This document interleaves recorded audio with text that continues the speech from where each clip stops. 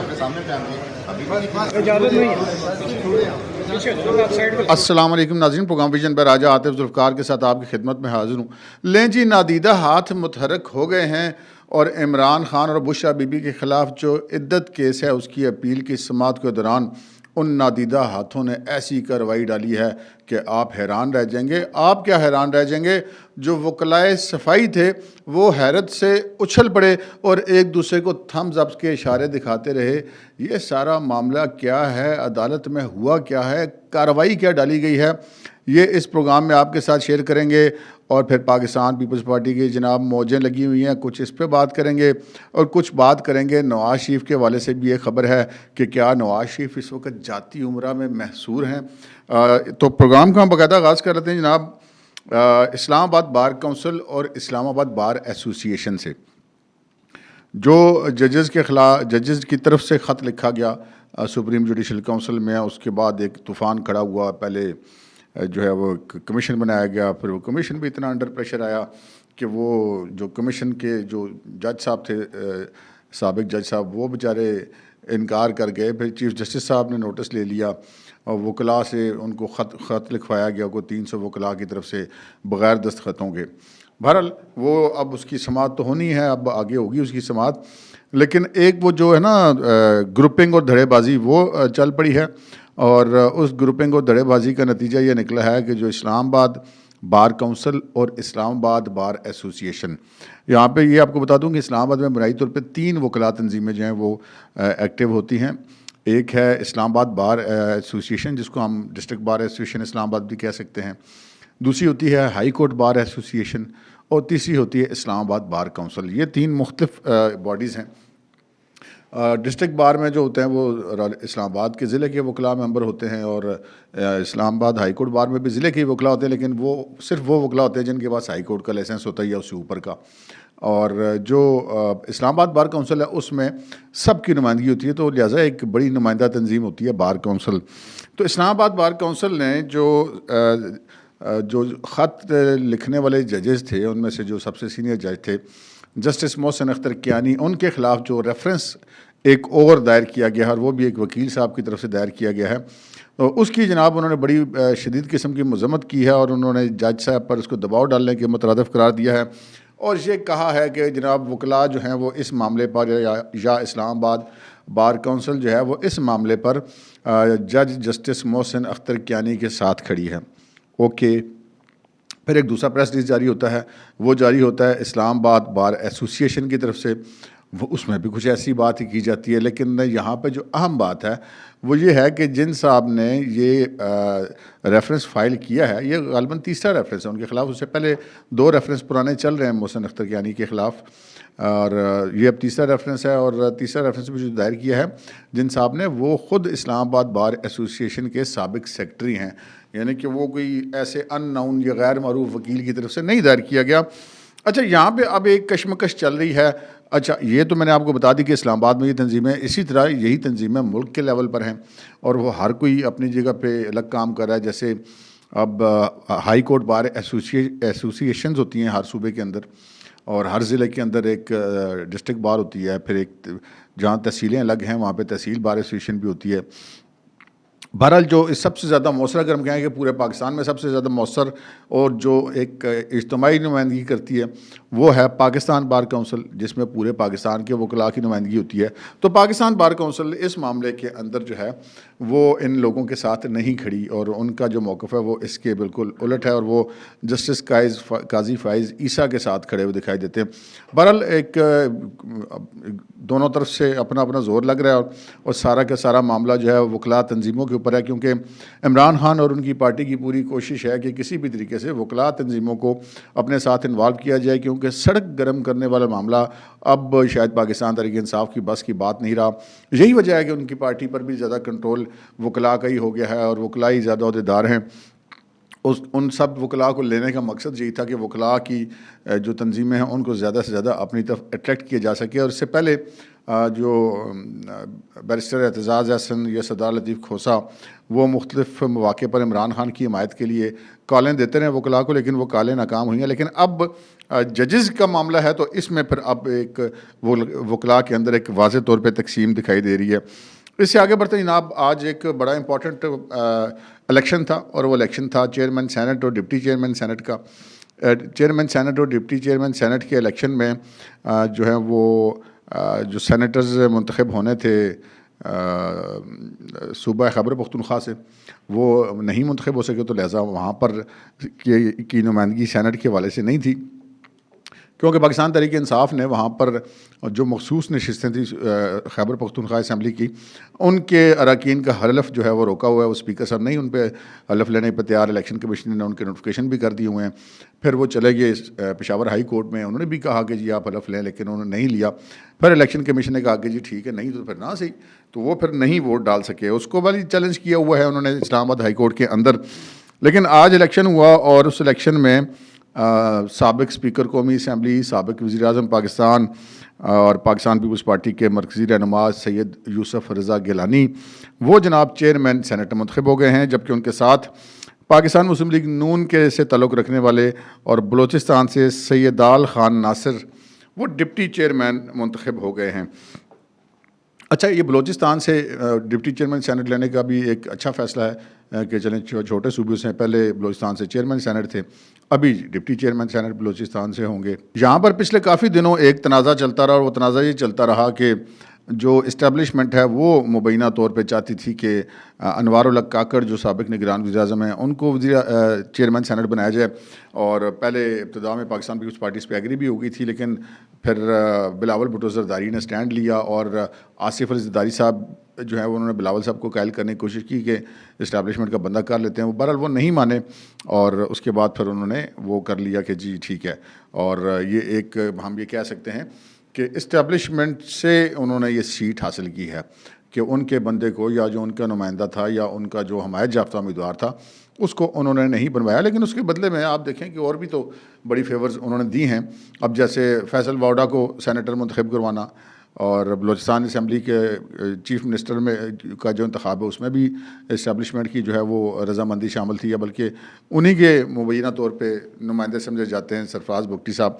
लेकिन जहाँ पे पीपल्स पार्टी की गेम बड़ी स्मार्ट है और बड़ी फ्रूटफुल गेम है इस वक्त, जितना आपको सिनेरियो नज़र आ रहा है उसमें पाकिस्तान के अंदर जितनी सियासी जमातें उनमें सबसे ज़्यादा हम ये समझें कि फ़ायदे में जो रहा है वो पाकिस्तान पीपल्स पार्टी रही है। अब देखिए, सदर ममलिकत पाकिस्तान पीपल्स पार्टी का आसिफ अली ज़रदारी साहब, सदर ममलिकत के बाद जो प्रोटोकॉल के अतबार से दूसरा ओहदा होता है, जो कि अगर सदर ममलिकत मुल्क में ना हो तो वो कायम मकाम सदर ममलिकत होते हैं, वो चेयरमैन सेनेट वो भी यूसुफ रज़ा गिलानी साहब आ गए। अच्छा, 2 सूबों में उनकी हुकूमत बलूचिस्तान में और सिंध में बराह रास्त पाकिस्तान पीपल्स पार्टी की हुकूमत।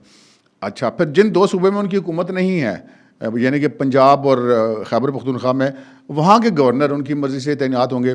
यानी कि चारों सूबों की जो अहम सीटें हैं, 4 सूबों में से 2 सूबों के वज़राए आला, 2 सूबों के गवर्नर, उनके सदर ममलिकत, उनका चेयरमैन सेनेट उनका, और उसके अलावा उन्होंने हर ज़िले की सतह पर अफसरान की तैनाती में भी अपना हिस्सा लिया है। तो जैसे सदीक साई साहब ने आज दिन के विलाग में कहा कि जनाब उनके 5 घी में हैं और अभी सर भी कढ़ाई में जाने वाला है। ये 2 गवर्नर जब बन जाएंगे तो समझेंगे कि 5 घी में और सर कढ़ाई में ही है।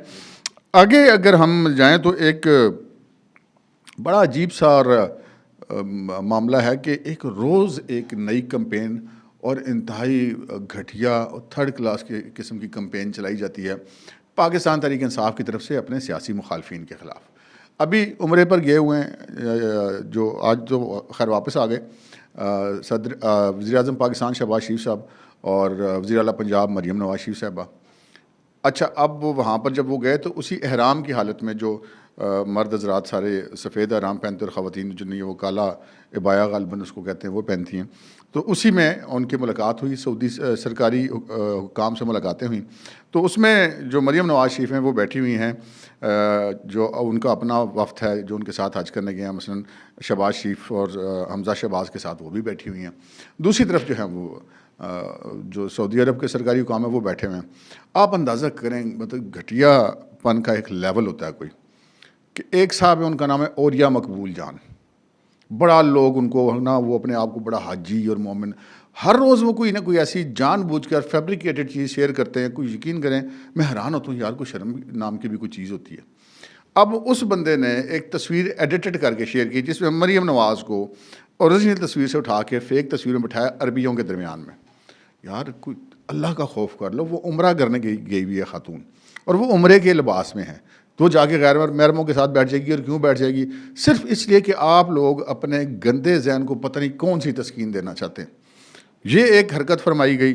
दूसरी हरकत फरमाई गई जनाब नवाज शरीफ के साथ। अच्छा, अब नवाज शरीफ साहब जो हैं वो उनके डॉक्टर ने आना था अमेरिका से, यूके, और नवाज शरीफ ने वहाँ पर जाना था। और उससे पहले वो आम तौर पे नवाज शरीफ साहब उम्रा जो है करते हैं रमज़ान के आखिरी अशरे में, रमज़ान का आखिरी अशरा मदीना मुनव्वरा में गुजारते हैं। अब ये सब लोगों को पता था, लेकिन एक प्रोपेगेंडा शुरू हो गया कि जनाब वो नवाज शरीफ यहाँ से जाएगा उम्रे के बहाने, और वो जनाब उसका दिल टूट गया है और वो यहाँ से चला जाएगा, और उसके बाद वो चला जाएगा यूके, और फिर वो कभी वापस नहीं आएगा। अच्छा, इत्तेफाक ऐसा हुआ कि जो नवाज शरीफ साहब की रिपोर्टें भिजवाई गई थी डॉक्टर साहब को अमेरिका में, जिन्होंने यूके में आके चेक करना था, तो उन्होंने वो रिपोर्टें देखने के बाद कहा कि जी ठीक है, मैंने रिपोर्टें देख ली हैं, तो ना आपको यूके आने की ज़रूरत है, ना मुझे आने की ज़रूरत है।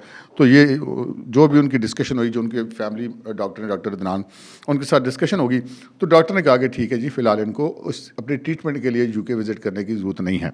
ओके। अच्छा, अब वो अपनी कुछ सेहत के मसाइल हैं उनके, जिसकी वजह से वो इस दफ़ा नहीं जा सके मदीना मुनव्वरा, और हर दफ़ा जाते हैं, इस दफ़ा नहीं जा सके। अच्छा, जब वो चले जाते हैं तो फिर एक तूफ़ान उठता है जी, भाग गया भाग गया भाग गया। अच्छा, वो नहीं गए, ओहो हो, नहीं गया जनाब, भाई आपस में लड़ पड़े, और शहबाज शरीफ ने जनाब नवाज शरीफ को जो घर के अंदर मैसूर किया हुआ है, नज़रबंद किया हुआ है, और वो कहीं जाने नहीं दे रहे। अच्छा, फिर बेटी जो है वो भी मिल गई चचा के साथ, और चचा के साथ उम्रा करने चली गई, और नवाज शरीफ को कोई नहीं लेके गया। भाई उधर ना नवाज शरीफ है, वो मतलब इधर कोई चचा छकन जो तस्वीर टांगने वाला नहीं है, जिसको आप जिसका दिल करे आप, मतलब एक ऐसी सियासी थ्योरी, मरियम कुलसूम नवाज तो मरी नहीं है, वो जो है वहाँ पर वो तो बीमार ही नहीं है, फिर वो जनाब वो रस्ते में से वो मर गई है, वो लाश रखी है, वो उसको बाद में ले जाएंगे, फिर जनाब खुदा न खास्ता जी ज़रदारी से फोत हो गए हैं, बता नहीं रहे। ऐसी सियासी ज़हनियत, इतना जहर भर दिया गया है हमारे मुआशरे के अंदर पाकिस्तान तहरीक इंसाफ की तरफ से और इनकी सोशल मीडिया टीम की तरफ से, जिसका कोई इलाज नहीं। अब एक जिस दिन सेनेट के मेंबरान का इंतखाब होना था, तो उस दिन नवाज शरीफ साहब भी पार्लियामेंट में तशरीफ़ लाए, शहबाज शरीफ और नवाज शरीफ इकट्ठे थे दोनों भाई, और जब वोट डालने के लिए आए, तो उस वक़्त जो एक इनके पाकिस्तान पीपल्स पार्टी के कैंडिडेट थे राना महमूद अल हसन, वो जब ये वोट डालने के लिए डाइस पे खड़े हुए थे नवाज शरीफ और शहबाज शरीफ दोनों, तो उन्होंने पीछे से आके नवाज शरीफ से हाथ में लाया। अब नवाज शरीफ ने उनको देख के कहा कि मेरे दिल पे बड़ा बोझ है, और मैं फिर भी बहरहाल मजबूरन आपको वोट डाल रहा हूँ। अच्छा, वो उसने हाथ मिलाने के बाद ने ऐसे वो शर्मिंदगी से सुना, और उसके बाद वो पीछे हट गया। राना महमूद अल हसन साहब, ये आप वीडियो चल रही है, आप देख सकते हैं। अब वो चूँकि शहबाज शरीफ उनके साथ खड़े थे नवाज शरीफ के, और वो जो राना महमूद अल हसन थे, उन्होंने शहबाज शरीफ के पीछे से हाथ बढ़ा के नवाज शरीफ से मिलाया था, जिस पर नवाज शरीफ ने उनको देख के ये फिक्र रखा। अब शहबाज शरीफ थोड़े से आगे, नवाज शरीफ ऐसे सारे पीछे करके, तो उन साहब से मुखातिब है। अच्छा, वो वीडियो एक वायरल कर दी गई है, और देखें जी, नवाज शरीफ ने शहबाज शरीफ को कह दिया कि मेरे ज़मीर पे बड़ा बोझ है, लेकिन मैं तुम्हें मजबूरन वोट डाल रहा हूँ। हालांकि यार वो किसी और को कह रहे थे। अब वहाँ पर ना तो शहबाज शरीफ को उस दिन को वोट डालने का कोई दिन था जिस पे नवाज शरीफ उनको कहते या मैं डाल रहा हूँ तुम्हें, फिर वो एक नज़र आ रहा है कि बंदा क्या है। अब ये एक मतलब प्रागंदा माहौल करने की कोशिश है। पता नहीं यार, ये लोग इस तरह की चीज़ें वायरल करने के या फैला कर, ये मतलब क्या अपनी किस जो है वो अना को तस्कीन देते हैं, किस सियासी जहन को तस्कीन देने की कोशिश करते हैं। यार वैसे एक बात मैं आपको बताऊं, आप ज़िंदगी में तजुर्बा कर लें, साजिशें करने वाला और हसद करने वाला कभी खुश नहीं रह सकता। उसके सारे दुश्मन मर जाएं, उसके सारे दुश्मन नीस तो नाबूद हो जाएं, यकीन करें उस बंदे पर ऐसी अल्लाह की लानत होती है, उसकी ज़िंदगी में खुशी नहीं होती, वो कभी खुश नहीं रह सकता, वो कोई और जलने के लिए चीज़ ढूंढ लेगा। तो ये इस किस्म की चीज़ें वो फैलाते हैं, और ये फेक न्यूज़ का प्रोपेगेंडा चलता है जी। और ये राना मसूद अल हसन साहब जो हैं, ये बुनियादी तौर पे नवाज शरीफ ने इनको ये क्यों कहा, ये भी मैं आपको बताता चलूँ। ये पहले मुस्लिम लीग नून में होते थे और बाद में ये मुस्लिम लीग नून के बजाय पाकिस्तान पीपल्स पार्टी में चले गए थे। तो इस वजह से नवाज शरीफ ने उनको कहा था, क्योंकि पीपल्स पार्टी के साथ उनका एक एग्रीमेंट था। तो नवाज शरीफ ने कहा कि मजबूरन मैं आपको वोट डाल दूँ, वरना मैं मतलब दिल पे मेरे बोझ है, मैं आपको वोट नहीं डालना चाहता था। ये कहने का मकसद है नवाज शरीफ का। तो ये उसका बैकग्राउंड था। अच्छा जी, अब आगे आते हैं हम इद्दत केस की तरफ। इद्दत केस में जो अपीलें होनी है, समाअत होनी है, वो तो अपनी जगह पे है, लेकिन बुनियादी तौर पे आज जो समाअत थी वो थी इद्दत केस में जो सज़ाएँ हुई हैं इमरान खान और बुशरा बीबी को, उनकी सज़ा की मुअत्तली के लिए अपीलों की समाअत थी। चूँकि इनको जो सज़ा का फैसला था वो सिविल जज की तरफ से आया था, तो अपीलों की समाअत फिर उससे ऊपर वाली कोर्ट में होती है। आप डायरेक्ट हाई कोर्ट या सुप्रीम कोर्ट नहीं जा सकते। तो वो फिर डिस्ट्रिक्ट एंड सेशन जज के पास समाअत थी। ये शाहरुख अर्जुमंद हैं, उनकी अदालत है, उसमें समाअत थी। उसमें जो है वो इमरान खान और बुशरा बीबी की जो वकालत कर रहे हैं वो बैरिस्टर सलमान सफदर और उस्मान गिल वकील हैं, वो कर रहे हैं। जबकि सरकार की तरफ से जो मुद्दई हैं, जो ख़ावर मानिका साहब हैं, उनकी तरफ से रिजवान अब्बासी जो हैं वो वकील हैं। जबकि सरकार की तरफ से वहाँ पे डिस्ट्रिक्ट प्रोसिक्यूटर या डिप्टी डिस्ट्रिक्ट प्रोसिक्यूटर पेश होता है। अच्छा, आज ये हुआ कि आज जब समाअत शुरू हुई तो रिजवान अब्बासी साहब के जूनियर ने आके अदालत को ये बताया कि जी रिजवान अब्बासी साहब की तबीयत ठीक नहीं है, तो आज अदालत में पेश नहीं होंगे। इस पर एक उन्होंने एतराज़ किया, एहतजाज किया, खप डाली। जो PTI के वकला थे, चलें जी वो ठीक है, उनका हक बनता है, वो ज़रूर खप डालें। और उन्होंने जज साहब से कहा कि नहीं जी देखें, आपको जो नहीं है यहाँ पे ये केस जो नहीं है एक तरफा तौर पे कहते हैं। तो जज साहब ने कहा कि यार उनको भी सुन लेंगे। उनका देखें वो तो आज आए नहीं, अब कल से छुट्टियाँ हो जाएंगी, तो फिर ईद तो बुशरा बीबी की और इमरान खान की तो खैर रिहा नहीं हो सकते, लेकिन इस केस में बुशरा बीबी की ज़मानत हो जाती तो वो रिहा हो सकती थी, क्योंकि उनके एक दो केसेस में सज़ा हुई, एक में पहले मुअत्तल हुई, एक में आज हो जाती, तो फिर वो रिहा हो जाती। तो उन्होंने कहा कि ये देखें आप इस तरह करें कि जी आप इनको ना आर्जी तौर पे सज़ा मुअत्तल कर दें 7 दिन के लिए। तो जज साहब ने कहा यार इस तरह नहीं होता, कोई कानून को देख के बंदे को चलना पड़ता है। तो अब अच्छा, अब ये आपको याद होगा कि जो इमरान खान के वकला हैं और जिन मुकदमात में इमरान खान को सज़ाएँ हुई हैं, वहाँ पर इनके वकला कितनी दफ़ा गैर हाज़िर होते थे, जानबूझ के अदालतों में नहीं आते थे और वो उस पर कोई इतराज़ नहीं होता था। लेकिन अब अगर ख़ावर फरीद मानिका का वकील नहीं आया तो उसमें फिर इनको वो कहते हैं ना कि तत्ते तवे के ऊपर ये जनाब चढ़ गए और उछलना शुरू हो गए। खैर इनको फिर जनाब अचानक ठंड पड़ गई। कैसे ठंड पड़ गई? अगरचे कि उस ठंड का फाइनली उनको फ़ायदा अभी नहीं हो सका, लेकिन आगे चल के ज़रूर होगा। वो ऐसे कि जब जज साहब ने कहा कि जी ठीक है, आप इस तरह करें कि आप अपने जो नहीं है वो दलाइल देते हैं, तो रिजवान भाई साहब बाद में आके दलाइल दे लेंगे। अच्छा, इन्होंने अपने दलाइल वगैरह दिया। अब दलाइल इनके क्या होते हैं आपको मैं पहले बता चुका हूँ कि चाहे इद्दत वाला केस हो, चाहे साइफर वाला केस हो, चाहे तोशा खाना वाला केस हो, या इमरान खान से मुतल्लिक़ कोई भी मुकदमात हो, किसी एक मुकदमे को भी इमरान खान ने आज तक मेरिट पर नहीं लड़ा। इसलिए कि मेरिट पर लड़ने के लिए उनके पल्ले ही कुछ नहीं, टेक्निकलिटीज़ पर लड़ते हैं। इस अदालत का दायरा अख्तियार नहीं बनता, जज साहब आपका दायरा अख्तियार नहीं बनता, इस शहर का दायरा अख्तियार नहीं बनता, फ़लाना प्रोसीजर पूरा था या नहीं था, फ़लाना प्रोसीजर पूरा था या नहीं था, उस पर चलते हैं। मेरिट पे कि जी ये हमारा केस है, ये हमारे मुलज़म के ऊपर इल्ज़ाम है, ये जनाब इल्ज़ाम साबित नहीं होता, उसका ये सबूत है कि ये बेगुनाह है, ऐसा कोई दलील नहीं, कोई किसी केस में भी नहीं, एक में भी नहीं। खैर वहाँ पे जनाब इनके दलाइल वगैरह उन्होंने सुने। फिर जनाब वहाँ पर बारी आई सरकारी वकील की। अब सरकारी वकील भी तो बीच में होता है। सरकारी वकील है, मुझे ये नहीं पता कि ये डिस्ट्रिक्ट प्रोसिक्यूटर थे या डिप्टी डिस्ट्रिक्ट प्रोसिक्यूटर थे, राना हसन अब्बास साहब। उन्होंने तो वहाँ पे ऐसा काम डाला जनाब, उन्होंने ऐसी की तैसी कर दी। आप ये समझ लें कि वो मुलजमान की सफाइयाँ देने शुरू हो गए वहाँ पे खड़े हो गए। और जब उन्होंने अदालत में खड़े होकर वो मौक़िफ़ इख्तियार किया जो इमरान खान और बुशरा बीबी के वकला का मौक़िफ़ था कि जनाब ये तो निकाह हुआ था लाहौर में, तो यहाँ पर तो जुरिस्डिक्शन नहीं बनती अदालत की, तो ये तो सज़ा ही गलत हुई है। अब ये बात ऐसी थी जिसको सुनकर पाकिस्तान तहरीक इंसाफ के इमरान खान और बुशरा बीबी के वकील हैरान रह गए, यानी खुशी से उछल पड़े। अब उछल पड़ने से मुराद ये नहीं कि अब उन्होंने कोई अदालत के अंदर वो सीटों के ऊपर चढ़ के जंपें लगानी शुरू कर दी थी, मतलब एक मुहावरा होता है कि हैरत ज़दा रह गया, खुशी से उछल पड़े। और ये अलबत्ता ज़रूर हुआ कि जब उन्होंने ये दलाइल दिए तो हैरत से एक दूसरे को देखना शुरू हो गए, इमरान खान के वकला और उनके मावरीन, और एक दूसरे को उन्होंने ऐसे थम्स अप करके इशारे किया कि यार ये तो सारा केस ही इसने तबाह कर दिया बंदे ने, तो अब तो मज़े, अब तो ये इनकी उसको फ़ायदा होगा और आगे चल के होगा फ़ायदा ये करने का। अब ये हुआ कि वो चूँकि नहीं उनके वकील आए थे रिजवान अब्बासी, तो अदालत ने 15 अप्रैल तक समात मुलतवी कर दी और उस पर सलमान सफदर ने एहतजाज भी किया कि जी आप ज़्यादती कर रहे हैं, ये कर रहे हैं, वो कर रहे हैं। मकसद उनका ये था कि जिनका क्लाइंट रिहा हो जाती। खैर वो नहीं हो सकी, अब ईद बुशरा बीबी को अंदर गुजारनी पड़ेगी। लेकिन भाई जी ये जो राना हसन अब्बास साहब ने काम डाला ना जी, ये अहम नहीं डाला।